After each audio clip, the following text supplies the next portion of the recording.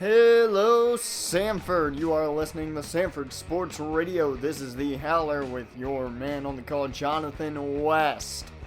And it's been a very interesting week, to say the least, with Sanford getting their first W last week against Wyoming. This week, well, they didn't really get many wins. They got a couple losses in the recruiting category, as Callum Faraday and Sam Morgan have decided to let Sanford know that the Coyotes are not on their top list of schools to head to. Luckily, neither of them were as, well, abrasive with it as Harrison Harlow. Faraday very kind on his way, and Morgan mainly just giving a heads up to the Coyotes coaching staff that he wouldn't be looking their way, staying close to home, which that seems to be the thing with these Texas recruits. Every single one of them has stayed close to home. It's starting to get really weird. Just no Texas recruits wants to come to Sanford. I mean, I understand staying close to home's a thing, but you don't want to move all the way from Texas to Maine. I mean, I'm not going to argue with that, but it's just weird. They don't even leave home for anything. I'm not going to question it. It's just something I've noticed. It seems kind of weird. Now, other than that, everything's going, well, decently for Sanford in the way of recruiting, I would say. Ian Harlow, the younger brother of Harrison Harlow, he is not looking the Coyotes' way. They are still trying to have talks with him, but it doesn't look like things are going to get made. He's looking towards UCLA for the most part. However, the big situation to talk about, at least in my opinion, is Sean Taylor Jr., the free safety out of Washington, D.C. Now, it's a two-team race here for Sean Taylor Jr. You have Sanford on one end and the Penn State Nittany Lions on the other. Right now, it seems to most people that Sean Taylor is leading to Penn State. Now, Sanford would love to get him in for a visit before he makes a decision. That is the biggest thing on the coaching staff's mind. They want to get Sean Taylor in here for a visit before he makes a commitment. Right now, I'm iffy if that's going to happen. I think they have an opportunity. I think if they can at least garner a little more interest from him, that they can get that done. But it's a big if right now, a giant question mark currently with Sean Taylor Jr. We'll see how things go. That's the biggest question mark right now in the recruiting races, if you ask me. Now, another name, of course, we're going to be following all season long in these recruiting battles is Byron Girard, the Swiss Army knife of sorts. Right now, Boston College seems to be the school in the lead. However, he has expressed a good amount of interest in Sanford. Word is soon he may be requesting to visit. So that's going to be fun. Hopefully he'll be coming in around the time we start conference play. That's going to be extremely interesting to see these guys come in during conference play if Sanford can play as well as they did last year in conference, because that should win a lot of these guys over. And for those of you who may not remember what Byron Girard's good at, it's just about everything. The dude is what I said, a Swiss Army knife. He's got good speed, good hands, and he can just about play any position on the offensive side of the football, and I think he might even be able to play a couple defensively. I don't know if the coaching staff's going to feel okay with that, though. Another name to keep in mind, Eric Peters, the athlete, built to be, in my opinion, a defensive tackle. From the tape I've seen, he's much better at that position than just about any other position on the field. The coaching staff, of course, it's their decision to make exactly where he would play. But to me, he's a big guy that I think would either be on the outside or the inside of that D-line. And you know we can't have enough monsters on that defensive line. But right now, it sounds like he wants to stay close to home with the University of Georgia. We'll see how things go there. Now, let's talk about some positive news in recruiting and guys that are actually looking the way of Sanford. Shea Faraday, the younger brother of Callum Faraday. He is looking the way of Sanford, and it looks like currently he's not going to be looking back. It sounds like the Coyotes have really piqued his interest. He loves the look of the defensive line. And that is great. Because if he comes in, he will take right over for Shane Townsend, give or take. But having Faraday really jump in and take over for one of the most dominant defensive ends we've seen here in Sanford so far in Townsend, it's like just replacing a puzzle piece with ease. So as long as they can bring him in, that would be enormous to keep that defensive line as strong as it is right now. Another guy we got to talk about is, of course, the punter, Jean-Paul Valley. Punters are people too, folks. And he actually wasn't in attendance. I'm sorry, he isn't going to be in attendance for today's game. We are headed to Syracuse for this week's game. And it's going to be really interesting to see how much interest Jean-Paul Valley takes into this week's matchup. Because he is from New York and close to home to Syracuse. You got to think, early on at least, from what I knew, he had them high on his board. So you got to think he's going to be watching the game whether he's at home or wherever he is. These are two schools that are high on his board, and he's got to take a lot of interest in this. So I'm very interested to see his reaction next week. See how things go with him next week following this weekend's matchup. Another guy to keep talking about who's got Sanford highly in front of other schools is the running back Joe Baker out of Chicago, Illinois. Baker, we've talked about plenty, has a little more speed to him than Fleming, who is currently, of course, the number one back here in Sanford, and he's a very good receiving threat out of the backfield. So you could see Joe Baker kind of take almost a third down back style situation there. I could see that going Baker's way. But he's definitely got the speed this team needs that currently isn't on the roster. So bringing Baker in allows for a little extra push on the speed. And right now it sounds like he's going to be coming to Sanford as long as nothing else sidetracks him. But there is another running back to talk about, of course, Robert Kennedy. Currently Boston College is leading. He is from Boston, Massachusetts, so it's not really a surprise that he may want to stay close to home and go to Boston College. Sanford is in his top 5, luckily. So, from what I know, he is considering Sanford, but they're not a high priority. Now, I don't know if that's going to stay that way or if things are going to change that much with him. All I do know is he is a pure speedster, and I've said it once, I'll say it again here. This team needs some extra speed at running back. They don't have that speedster that can get around the edge and just jolt up the sideline. If they can get that, this team is twice as dynamic as they already are, especially in that ground game. So wherever Kennedy goes, they're getting a very dynamic player.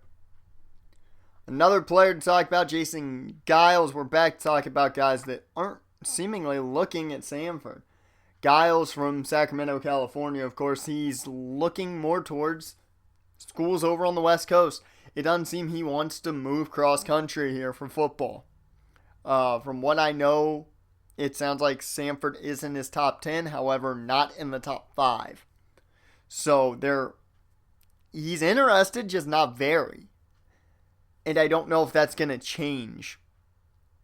From what I know, Giles has talked to his friends and other people and said that he is extremely excited to stay on the West Coast. So it sounds like he's not going to be at all interested in coming to Sanford. I'm not sure if that's going to change, if anything's really going to change that.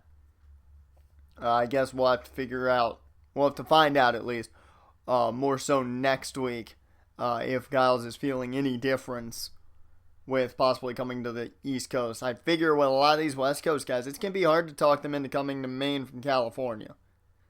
I mean, weather's much different up here in Maine than it is out there in California. A lot different. Unless you really like snow, you're probably not going to want to change that. Another name to talk about, Brian Bowie, of course, the middle linebacker out of Colorado.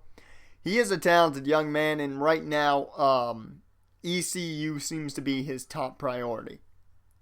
Now, Sanford is still trying to fight other schools off, They are trying to get a lot more interest in Brian Bowie. They like him a lot. And I could see them making him a top priority sooner rather than later. Now, I don't know if they're going to really try and push towards him as much as they are Girard and a couple of the other prospects towards the top of the board. But it seems Bowie is winning over the coaching staff, not only with some of the tape that they've seen, but with the things they know about him right now. Another guy to talk about is Sean Marks, the offensive lineman. We talked about him before. The building block style tackle. And the thing with Marks right now, it sounds like he is full to go to Rutgers. Any day now, it sounds like he's going to be committing to Rutgers and saying goodbye to, trying to get recruited. So I don't think Marks will be around much longer, if any longer, for Sanford to be recruiting. They may have to go and start looking at other tackles around the nation if they want a definite interest in an offensive lineman in this year's recruiting class. Gordon Sutton, the cornerback out of Greensburg, Pennsylvania. Now, this is a guy that I think a lot of people thought wouldn't be interested in Sanford. There was a lot of talk about him staying in Pennsylvania, going to Penn State. He's a talented kid. He needs a couple years to develop, I'd say 1 to 2, and then he can become a big-time player in the secondary. But a lot of talk was him wanting to stay close to home and go to Penn State. Well, apparently Sanford's caught his eye, because he has taken a much bigger interest in the Coyotes than anybody expected. And actually, conveniently, Coach Wolf called him the other day, and Sutton seemed extremely excited about the prospect of getting a chance to visit Sanford in the near future. So that is exciting. Sutton seems to be a guy that's on board with coming to Sanford. And I mean, why wouldn't you? Look at the secondary that's in play. It looks pretty good, and to be part of that build-up, oh, that's going to be fun for Sutton. I'm excited for the young man. I can't wait to see if he decides to really make Sanford a priority. And this has been one of seemingly a fan favorite here, Samson Stratton. Stratton's been a guy that really early on was, what do you do with him? Is he any good? We talked about, of course, last week, seeing the tape of Stratton and the coaching staff kind of being wowed. Well, that's kind of where we are. They have really stepped up their game with him. He has become a much bigger priority than a lot of people around here, especially here in Sanford, thought he would be. Stratton's a talented kid. A very talented kid. But you look at him and it's still a question mark. Where do you play him? Where do you want to play him? Where do you think he fits best? But then you see the tape and he is just an athletic freak, and you don't say no to that. So the coaching staff is really high on Stratton right now, and from all accounts, it sounds like Stratton isn't getting a lot of interest, but with Sanford continuing to fight for him, it's going to be fun to see that. Now let's talk about how the MAC's laid out so far. It's really anybody's race. Right now, the MAC is up for grabs, if you ask me. Every team has lost at least one game so far this season. And that is a big, big plus for Sanford. Because that means as long as they can win the MAC, win all their conference games, it should be easy pickings going forward to get to that MAC title game for a second year in a row. I mean, that's not saying winning the MAC is going to be that easy. I'm just saying, it looks a lot easier than it did last year with some of the situations we had to go through to get to that MAC title game. Right now, Sanford's sitting right dead center at number 7, but I think much, much later down the road, we'll see them at number 1 or number 2 extremely quickly. Your players of the week for the MAC were freshman Patrick Smith for Akron. He had a hell of a game, 2 sacks and a fumble recovery against a Division II opponent. And wide receiver Janarvis Poe, which we know plenty about him for Bowling Green. Now let's go over the schedule of MAC games this week. It's going to be a fun one to keep in mind. Sanford, of course, playing at Syracuse. We'll be calling the action there this weekend. It is a prime 8 o'clock game. Going to be fun to watch that one. Central Michigan is Central Michigan is heading to Michigan State, which ought to be an interesting one. Central Michigan might be able to pull off the upset. Eastern Michigan at LSU. I think we all know the answer to that one. Bowling Green is headed to Purdue, which I'd say is actually a fairly even matchup. I think Bowling Green can actually win that one. Ball State's headed to Northwestern. The Wildcats, I think, can pick up their first win of the year there. Ball State not having a good couple years so far. It's not been good for them. Miami of Ohio is hosting Cincinnati in what's going to be a big rivalry game this week. That's going to be one to keep track of as the game goes on this weekend. Kent State hosts Marshall in what's probably going to be a solid outing for Marshall, I would assume. Kent State not having the best start to the year. And really, they just started play last week, so they got to be kind of rusty. Toledo is headed to Texas State, so Toledo, I think, is going to take that one handedly. I don't see anything bad happening there. And another big one to talk about is NIU, 0-2 right now. They're headed to Old Dominion, who is ranked number 24 in the nation. So Northern Illinois could bring a big upset at ODU. Division II competition headed to Buffalo. Buffalo looking for their first win of the year, and I think this week is the best week for that to happen for them. So they've got a good opportunity there. So the MAC is a very interesting place this week, game-wise, so that'll be fun to watch. Speaking of games, let's talk about the Sanford game against Syracuse, as Kirk Herbstreit, as always, going against the Coyotes this week, taking Syracuse to get the W. Can't say I'm surprised at that one, and on paper, you can say that Syracuse should walk all over the Coyotes. They're a much more experienced team. They have a lot of talent just about everywhere on the field. And you look at what they've done so far this season, they haven't played bad at all. They put up a ton of points already, and they haven't allowed their opponents to score nearly anything. Sanford, on the other hand, hasn't put up a ton of points. They have scored in all their games. Keep that in mind. But they haven't put up 40, 45 points yet, so not a lot to look at there. Now, we'll be talking, of course, about the big players to watch. One specifically is, of course, going to be Eric Dungy, the quarterback, who's off to a great beginning to this season. 3 touchdowns, no interceptions. But it's going to be fun to watch this defense against that Syracuse offense. The offense is what makes Syracuse who they are, in my opinion. And it's going to be fun to see that big defensive line do some serious damage, I think. And speaking of that, let's get talking about these Syracuse guys. First and foremost is halfback Dante Strickland. Now, Strickland, I think, is going to be a threat. And by a threat, I mean a big threat. He is a deadly runner when he's got that football in his hands. And if the defensive line can't bring him down on first contact, it's going to be tough to stop him. He didn't have a good season last year. I believe he was injured for a part of the season. But this year he's already off to a great start. 154 rushing yards already. He's averaging 5 yards a carry. And not to mention he's averaging 77 yards per game. That's an amazing start for him. Now, I personally think this defensive line should be able to handle Dante Strickland. However, if he's able to break free, the defense is going to have a lot of problems with him.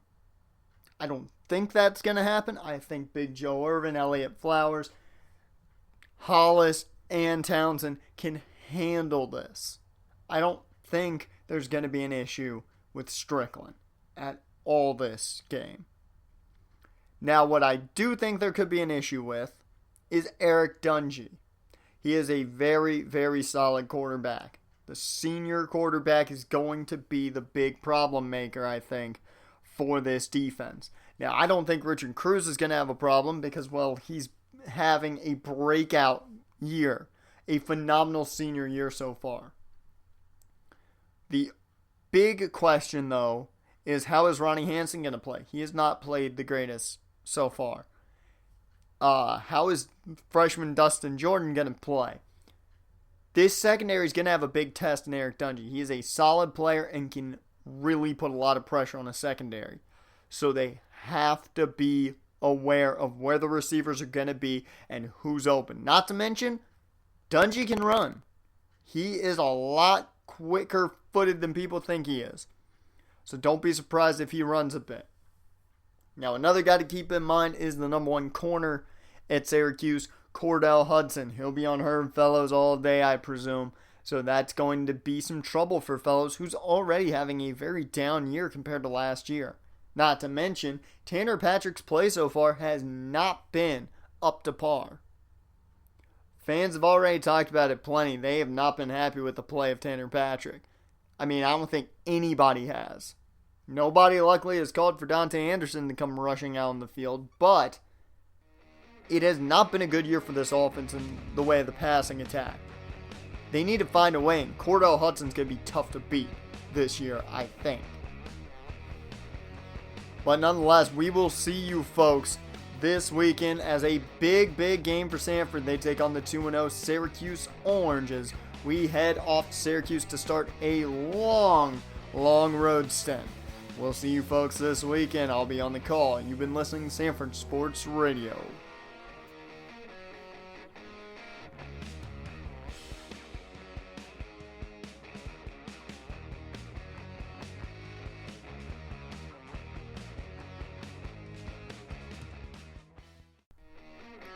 Hello, Sanford. You are listening to Sanford Sports Radio, and it is game day here at the Carrier Dome. I am Jonathan West, your man on the call, as the Sanford College Coyotes have come here to Syracuse to face the Syracuse Orange in what is bound to be a very interesting matchup, to say the least, as the Orange have a pretty solid roster. We talked plenty about that earlier this week in the Howler.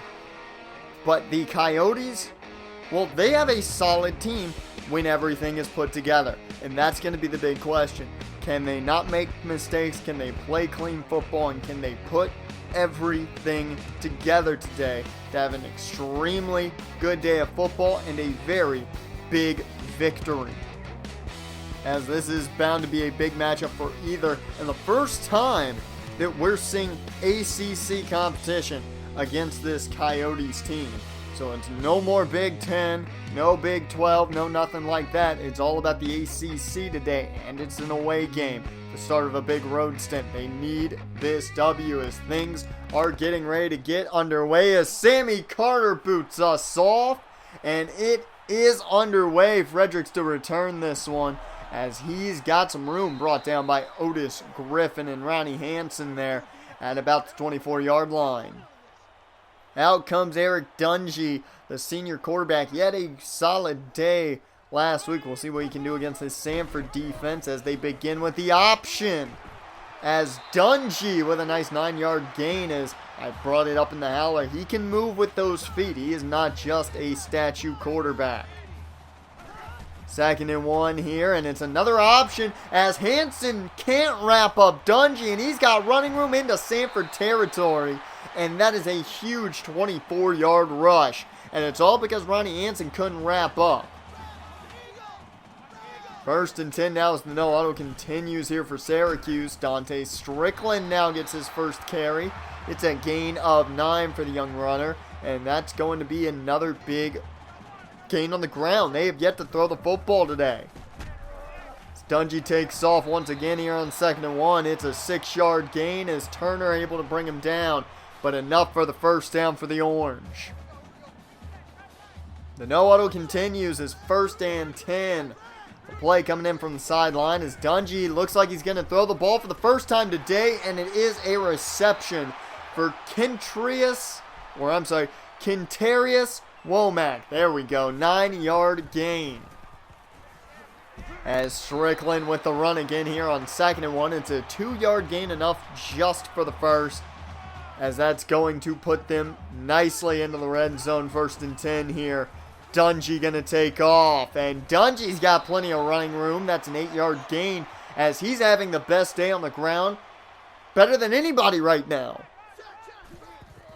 2nd and 2. Dungey can't get it off in time as Otis Griffin came in on the blitz. That is the first sack of the day, and maybe that will make Dungey a little frightened of this defense as a huge sack there.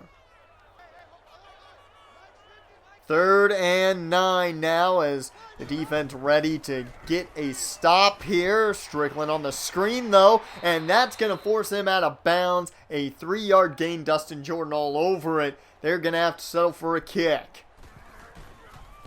As the kick is up, and it is no good! Off the upright! I can't believe it, but Sanford has taken over on, well, technically downs, but because of a missed field goal. As Claude Fleming gets his first carry of the day, it's an 11-yard rush there. 1st and 10 now as they go right back to Fleming, and he gets another decent gain. Nothing too much. Gain of 3 there. It's at least going to move them a bit. 2nd and 7 is in the shotgun. Patrick rolls out. He's going to check down, but that's not complete. Bounces off the hands of Fleming, and this is bad, folks. Fleming is on the ground, and the coaching staff and the trainers are out there. This is not good. I will tell you, folks, Fleming was able to get up and walk off the field, but it does not look good as Patrick to throw here on 3rd and 7, and a beautiful lob out to Duran Costello. That's a great play to come back from. 31-yard reception on that 3rd and 7, as that is the exact play you want to make after you see your fellow teammate go down. We'll have more on the situation of Claude Fleming as this game goes on, I'm sure. 1st and 10 handoff goes to Tyrone Jennings, who's stepping in for Claude Fleming. We haven't gotten word just yet on what the severity of the injury is, but a nice 6-yard gain there. 2nd and 4, taken off is Patrick on the option. It's only a gain of 1 though. He couldn't find much room to maneuver. Dungey so far the deadliest runner still on this football field. 3rd and 3 as a nice throw towards Dingle, but it is dropped as he threw it away from the defender, and Dingle could have made that catch, just couldn't make it right there. As Jackson Stone though puts up the long one, and that is going to be huge, a 45-yard field goal. Sanford leads 3-0 as Dungey takes back over for the Orange. Womack with another nice reception. It's a 12-yard gain and enough for the first. The no huddle continues, and we have gotten word from the medical staff that it is a mild concussion for Claude Fleming. He will be out for the remainder of this game, and word is that it could affect him in next week's big game against Oklahoma. 1st and 10 here for Dungey and company after another Womack first down. And Winston with a nice reception there. 9-yard gain as he fought for some of those yards. 2nd and 1 here. Man in motions Winston as the handoff. They go to the option, and Dungey's got room. And down into the red zone he goes. A 23-yard run again. Another huge run from Dungey. He's the deadliest player right now for Syracuse. 1st and 10. They go right back to Dungey on the ground. That's going to be a 9-yard gain as Dungey is having his way with this defense. 2nd and 1. Dungey in the shotgun. Handoff goes to Strickland. He finds a little bit of room, able to get upfield. Gain of 8 down to literally the half-yard line. 1st and goal here. And it looks like the Orange have jumped. Indeed, they have. Move them back 5 yards. Thankfully for that. That puts Sanford in a much better situation right now. 1st and goal here from about the 5.5-yard line. Dungey to throw. He looks to the end zone, but has to throw it away as pressure was incoming. That's a good play by the defense right there. As 2nd and goal, handoff goes to Dante Strickland. They're slowing him up, and he's finally brought down. Trey McLaughlin finishes him off as Hanson and Riley are the ones who slowed Strickland down. But I'm getting to see the replay, and it's a huge hit once again by Trey McLaughlin. A beautiful hit to see. As 3rd and goal, the check down goes to Fredericks, and he gets in after fighting off a tackle. Touchdown Syracuse, as that's going to be the first lead of the day for the Orange. It's 7-3 now as Tanner Patrick and the offense are back out there, of course, without Claude Fleming for the rest of this ball game, as that will fall incomplete, thankfully. 2nd and 10 here. Patrick going play action from the looks of things. So he's going to throw downfield at Stengel, and that is a 15-yard reception as he was thrown into a lot of defenders there. Luckily, he was able to keep a hold of the football. As a 1-yard gain here on 1st and 10, Tyrone Jennings gets laid out with a big hit. 2nd and 9 is the final play of the quarter as Tyrone Jennings getting a 6-yard gain there. And we're going to be talking a lot about Tyrone Jennings for the rest of this ball game as that'll take us to the end of the first quarter. Syracuse is up 7-3 early, but Sanford needs to fight for Fleming now as you've been listening to Sanford Sports Radio. Welcome back, everyone, to the Sanford Sports Radio. It is the second quarter of play, and that ball was just thrown up for grabs as Whitner comes down with it, and that is the first turnover of the game now for Sanford. As Tanner Patrick really just threw that one up for grabs, and there was just a corral of blue and orange to take it away. That's simply what it was. He was feeling the pressure, threw it up, and easily taken away as Syracuse takes back over now. A 9-yard gain for Strickland. Nearly a first down as he's been having a solid day so far. 2nd and 1 as the no huddle continues. Dungy getting the play from the sideline. As the handoff, notes play action. Dungy with time, but he just throws that one out of bounds. The defense having pretty solid coverage here. So far, they've got to force them to throw the football, though, as Dungy takes off once again. And he's bottled up, though. He can't get enough for the first. That'll bring up 4th down. Finally, the defense stopped the run. As 1st and 10 here for Sanford. And there's the connection we've been waiting for. Fellows with a gain of 15 near the sideline. As Patrick now, a new set of downs, hands off to Tyrone Jennings as Jennings can only gain 3 on that carry. We're probably going to see a good amount of Tom Joseph as well now, the true freshman running back. And speak of the devil, there he is, Tom Joseph on the carry out of the shotgun. That's going to be a gain of 8. A nice carry there as his first carry goes for a first down today.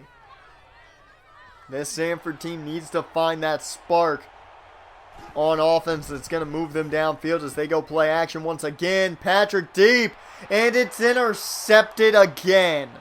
Scott with the pick, as it has not been a good year for Tanner Patrick already in way of turnovers. If I'm correct, that is turnover number 9 so far. He's thrown 9 interceptions already. That's a ton.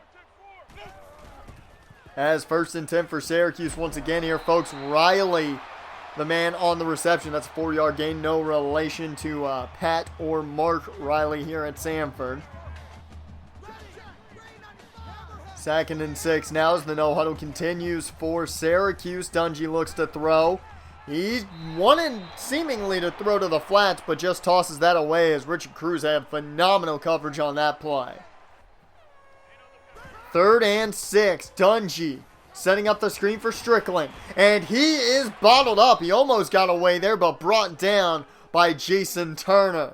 Good tackle there by the safety, as that is going to bring up a punt as Sanford takes back over. They set up a screen of their own for Tom Joseph, and the freshman gains 4 on that catch. Anything right now is a positive as they get a little bit of momentum there for Tanner Patrick. 2nd and 6 now is a catch there for Rob Thomas in the flats, and that's going to be enough for a 10-yard gain and a first. They're just going short, and that's a smart idea. Let Patrick just take these easy catches. As a handoff here goes to Tyrone Jennings as he's breaking free. Look at the run by Jennings, 33 yards into Syracuse territory. And this is just a beaut as he was bouncing off of just about every tackle he could. 1st and 10 here once again as Tom Joseph gets the handoff and he is bottled up. A loss of 2 as Chris Slayton was in the backfield quickly. Well, we go from 33 yards to a loss of 2, but of course no Tyrone Jennings taking that handoff. It's Patrick to throw on 2nd and 12. He goes down, and down he goes hard as John Russ, the man who brought him down. And there was just no one to throw to. Good coverage by Syracuse, and the pressure got there quick. It's 3rd and 24. It's nearly impossible for this to be a first down, folks. As a connection to Fellows. That's a 16-yard gain. Not enough for the first, but it may be in Stone field goal range. No! The offense is staying out there. As Patrick to throw. He connects with Fellows. 17-yard reception. Enough for the first, and that is huge. This team has been able to make plays happen on 4th down since their creation just 2 years ago. Amazing. As Joseph on the carry here on 1st down, it's a loss of 1. As he couldn't find any room. Kendall Coleman, the man that brought him down. Play action on 2nd and 11. That's a reception for Rob Thomas. As Thomas gains 5 on that one. But Sanford in a great spot right now. They are close to the end zone. Right about the 10-yard line. 3rd and 6, they go to a screen for Tyrone Jennings, but oh my God, there was blue and orange all over him. He'll lose some yards, and that's just not going to work out for this team. They got to settle for another Jackson Stone field goal now. It'll bring them within 1, but you got to think they wanted a lot more than that, especially off of such a positive drive. As the kick is good from Stone, it'll make this a 7-6 ball game. As we head into halftime, Syracuse is up at the half by 1. You've been listening to Sanford Sports Radio. Your second half is up next. Welcome back, folks, to the Sanford Sports Radio. It is 7-6 as we start the second half of play. Tanner Patrick takes off early here. A gain of 6 on that option. He's going to need to do a lot on the ground to help Joseph and Jennings so far here today. As they go to Bradford here now on 2nd and 4. That's a gain of 5 as the fullback gets enough for the first down. Bradford showing off a lot of that strength he has in that running attack. He's not only a good blocker, he can run the football as well. 1st and 10 now. Another connection here to Rob Thomas. That's going to be enough for the first. A gain of about 15 on that one. Thomas and Fellows having solid days. We haven't heard from Dingle at all today. He's been very quiet really all season long. 1st and 10. Patrick hands off to Jennings. He's found room around that right side and a little bit of power on display. He'll get exactly 10 yards, enough for the first. Jennings still in the ball game. They're going to hand it right back off to him, and he finds another nice hole to go through. Good blocking by the offensive line. That's a gain of 8, and he's averaging nearly 10 yards per carry. This is an amazing game for Jennings today. As Joseph going to get the handoff, and he's going to get enough for the first. Just enough. Gain of 2 by the freshman. As 1st and 10, Patrick going to drop back. He'll check down to Jennings. That's going to be a solid gain, really, given what this passing attack has done so far. A gain of 3 will move this offense up a bit. They are in Stone field goal range, I believe. As 2nd and 7, though, there's Duron Costello. A nice catch over the middle that nearly got them in the end zone down at the 1-yard line. They're showing the replay here in the Carrier Dome, and this is just a beautifully run play. Wide open in the middle of the field, and Costello can just run as far as he can. 1st and goal from the goal line. Handoff goes to Jennings. Nice blocking, and Jennings dives in. Touchdown, Sanford. Sanford takes their first lead since the first quarter. There we go. And they're going to go for two, it looks like, as Patrick to throw. He connects with Clarence Ware. That is enough to get him in. It is a 14-7 ball game, folks. Syracuse back on offense here now. It's 14-7. Dungy to throw. He's going to toss it away as pressure was incoming on him. This defense, I think, starting to feel the momentum the offense is just set. 2nd and 10. They're going screen here, and Strickland's got room, but he is shoved out of bounds after a gain of 8. So it's going to bring up 3rd and 2. This defense has to play well here as the no huddle goes. And look at this. The center took a handoff. A trick play from Syracuse. 4 yards for the center. As it's a new set of downs thanks to that trick play. Dungy going to hand off to Strickland. He's bottled up by James Bryant. Good tackle by the young man at linebacker. 2nd and 8 now, and the shotgun continuing this no huddle. They go back to the screen. This has been their bread and butter as Strickland takes a huge shot from Dustin Jordan. 3rd and 5. Dungy to throw. Pressure incoming, and he throws just short of his intended target. Dustin Jordan on coverage, and that will mean Sanford gets the football back. 1st and 10, the handoff goes to Tom Joseph. It's a gain of 5 here, as that's a solid start for the young freshman. He's done fairly good in his couple of snaps he's been able to get today. But the guy to talk about is 2nd and 10. 2nd and 5 handoff went to Tyrone Jennings. He is the guy to talk about. Enough for the first down there. He's played absolutely wonderfully in the replace of Claude Fleming as 1st and 10 here. Shotgun formation, Patrick to throw. They go to the bread and butter, that mesh route, and they wanted the post to Fellows, but no good. There is the 10th interception of the year for Tanner Patrick, as Christopher Frederick comes away with that one. I don't know what is wrong with Tanner Patrick right now, but he is a turnover machine so far this year. As a 1st and 10 option here for Syracuse, that's a 5-yard gain for Dungy. They're going to keep this on the ground. They don't want Dungy making mistakes, I'm sure, like Patrick has so far. 2nd and 5, Dungy to throw. He finds Lee. Yes, that is his name. 14-yard reception, as that is the first catch for Lee today. 1st and 10 as the no huddle continues. Play action, Dungy to throw. He looks to the sidelines, and they say he connected with Hill. I don't know about that. I didn't get a good angle from where I was looking, but I'm not sure about that. It looks like they will be reviewing this play. So I'm getting a look here in the booth. And he did not catch that football. His foot was clearly on the line, the other foot not on the turf. They've got to reverse that. And the decision is, it is reversed. Thank God they made the right call, as it is 2nd and 10. And Womack with a screen, but he gets blown up quickly. I believe that was Ronnie Hansen that got that tackle. 3rd and 8, Dungy in the shotgun here. They're going to go back to that screen. Strickland gets a nice stiff arm, but is forced out of bounds by Pat Riley, as that will bring up 4th and 3, and the offense is still out on the field.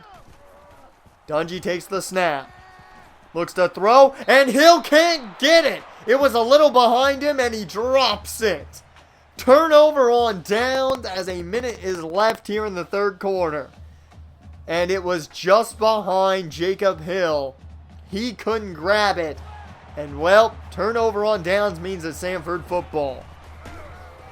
Sanford going back to work with the ground game, and Tyrone Jennings, a gain of 4 for the young man, as he is averaging 7.9 yards per carry. 79 on the day so far. As Jennings with another rush there, and that one goes up for nothing as he gets back to the line. That will, though, take us to the end of the 3rd quarter. Sanford's now on top, 14-7 over Syracuse.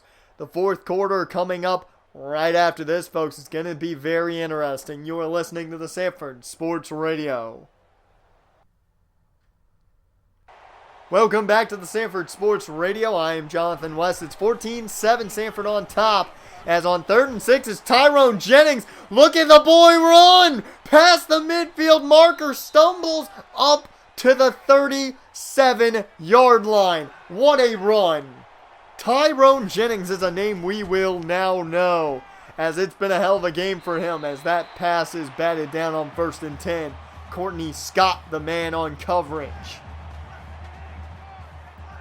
2nd and 10 now, and it looks like Tyrone Jennings getting that football again. A gain of 3 as he has had a great day. 122 total yards so far on the ground. 3rd and 7, Patrick to throw. He hooks up with Fellows as a nice throw to move Fellows away from the defender. That was a great throw. It moves him just a bit away from a defender who was already moving off of him. And it makes even for a better turnaround to gain maybe an extra yard or 2. 1st and 10, handoff goes to Jennings. They have bottled him up now as of late. A gain of 1 on that carry, but nonetheless a great day for Tyrone Jennings. I feel really, really happy for the kid. As Dom Joseph gets the pitch here on 2nd and 9. It's a loss of 2 on that one, as Juan Dowles was the man who made the tackle. 3rd and 11, Patrick connects with Costello, but that will fall just short of the 1st down marker. Only a gain of 10, they needed 11. Jackson Stone, though, has had a busy day as he puts up another field goal. That's the 3rd of the day for him. And that will give them a 2-possession lead over the Orange. 1st and 10 for Syracuse as Dante Strickland takes it up the gut, tackled by a host of Coyotes, Trey McLaughlin being the man really that led the charge. 2nd and 6, Dungy looks to throw. They got to throw more here with time ticking away, as that is Richard Cruz with the tackle of Jacob Hill. A 10-yard gain in his first catch of the ball game. 1st and 10 as the no-huddle continues. Dungy going play action over the middle and bounces off the helmet of, I believe, Ronnie Hansen. So now it's 2nd and 10, and Dungy's got to figure out what works here. As they go 5 wide, he connects with Keys, and Keys is brought down after a gain of 5. As the no-huddle, I believe, yes indeed, going to continue here, as they're going to stay in that 5 wide set. As Dungy looks to throw once again. No, he's going to take off. He's brought down, though. That is Chaz Tanner. As he is brought down on 3rd, 4th and 3, and the offense stayed out. Dungy connects with Lee. He's wrapped up by Pat Riley. That's a gain of 5 and enough for the first. Syracuse now gets to continue driving as they continue this no-huddle. 1st and 10, Dungy connects with Winston, as that's going to be enough for the first, a gain of 11 on that one. This offense starting to find some momentum, but the clock is against them right now, as under center Dungy hands off to Strickland, and that's going to be a gain of around 5. As this defense continues to try and hold the Orange offense. 2nd and 5 here, no huddle. Dungy can't connect with Strickland on that screen. It was well covered by Elliott Flowers. 3rd and 5 here, shotgun formation. Dungy looks to throw. No, he's going to take off. This has been the depth of this team all day, and finally Dungy decides to slide for the first time today. As the clock will stop now as a new set of downs is made. Their no-huddle continues. Dungy to throw, connects with Troy Winston over the middle. And that's going to bring up a 1st and goal now. As this defense trying to bring the pressure as a big stiff arm by Strickland. As that is a 5-yard gain. And they near the end zone, down and around the 4-yard line. 2nd and goal. As the play comes in from the sidelines, about 2.5 minutes remain. Strickland on the handoff.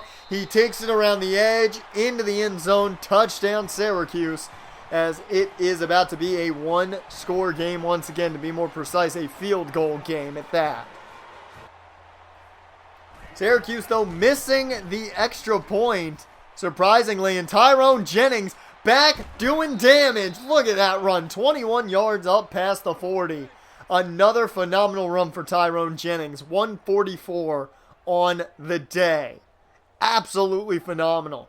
Tyrone Jennings is going to be the name we talk about, possibly for weeks to come now after this game. Sanford utilizing that clock now to their advantage as they let time tick. Tom Joseph in the ball game, and a nice spin move from the freshman there, a gain of 7. And a couple of first downs, and this game is wrapped up. As 2nd and 3, handoff goes to Joseph, and he's going to gain more than enough for the first. Another gain of 7. As that will be a first down, and looks like Sanford's going to take a knee. However, if I'm doing my math correctly here with the clock, this is not going to be enough to kill the clock, as it looks like Sanford's going to continue to take a knee here. I don't know if Coach Wolf just didn't recognize how much time was left in correspondence to, of course, how much time he could take off the clock. But Syracuse is still going to have time. They're not going to have much, probably around 20-some seconds. But they still have time on the clock. As Syracuse has gotten the ball back, 25 seconds remain after all those knees from Sanford. Riley with the reception, but only 4 yards as he is decked. The no huddle is called by Syracuse. They can't stop the clock unless it's a first. As 3rd and 6 following the spike. Dungy, though, goes down as he is sacked. That is Nate Ginn on the sack, the backup end. And that, folks, is the end of this ball game, as the Sanford College Coyotes take a huge win. And there's no other player to talk about as player of the game other than Tyrone Jennings, who came in for Claude Fleming after he suffered a mild concussion. And from what I'm being told, this could affect his play time next week against Oklahoma. So Tyrone Jennings having a huge day today is a huge momentum boost for him, possibly going into his first start next week. We don't know how things are going to go. We'll have more information in the Howler this coming week on the whole Claude Fleming situation. But Tyrone Jennings with an amazing day today. Your final here from Syracuse, 17-13, Sanford on top of the orange. And, well, it's just great.